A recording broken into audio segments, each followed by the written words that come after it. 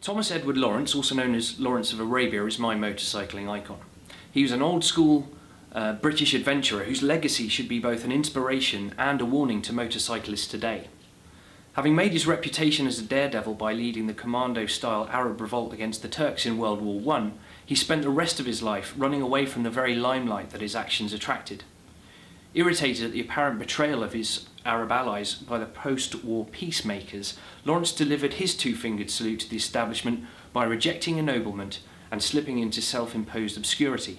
Generations before Brando pulled on his leathers to face down authority figures in the Wild One, T. Lawrence was, at least figuratively, speeding off on two wheels to become a somewhat mysterious and romantic anti-establishment figure himself.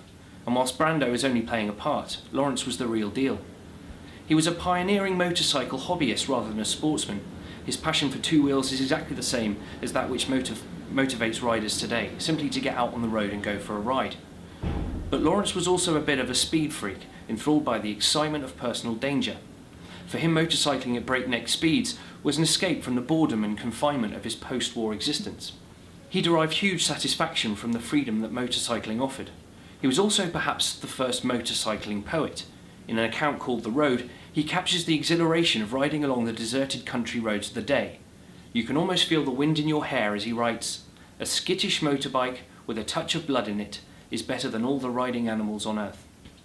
But his obsession with danger and speed, particularly in the company of a British-built Brough Superior, itself a sign of his impeccable taste, would ultimately cost him his life.